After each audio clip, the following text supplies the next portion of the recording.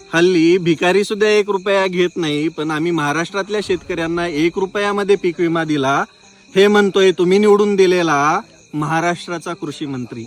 काय म्हणजे किती निर्लज्जपणाचा कळस आहे. शेतकऱ्यांबद्दल अशी वक्तव्य होत असताना शेतकऱ्यांना कुठे नेऊन ठेवणार आहेत हे राज्यकर्ते काय माहिती.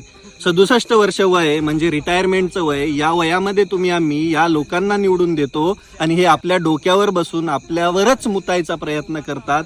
हे त्याचं जिवंत उदाहरण आहे. तुम्ही म्हणताल माफी मागितली पाहिजे, तुम्ही म्हणताल हे केलं पाहिजे.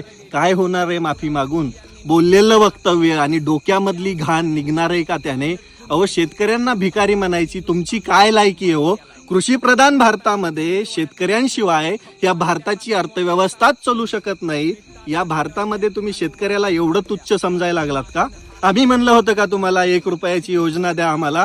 तुम्हाला मतांची भीक हवी होती म्हणून तुम्ही शेतकऱ्यांसाठी ही योजना आणली. योजना आणल्यानंतर तुम्ही निवडून आलात आणि निवडून आल्यानंतर तुम्ही तुमची लायकी दाखवणार असाल तर तुम्हाला या राजसिंहासनावरून खालीच घ्यावं लागेल. आणि शेतकऱ्यांनो, आता तरी सुधरा.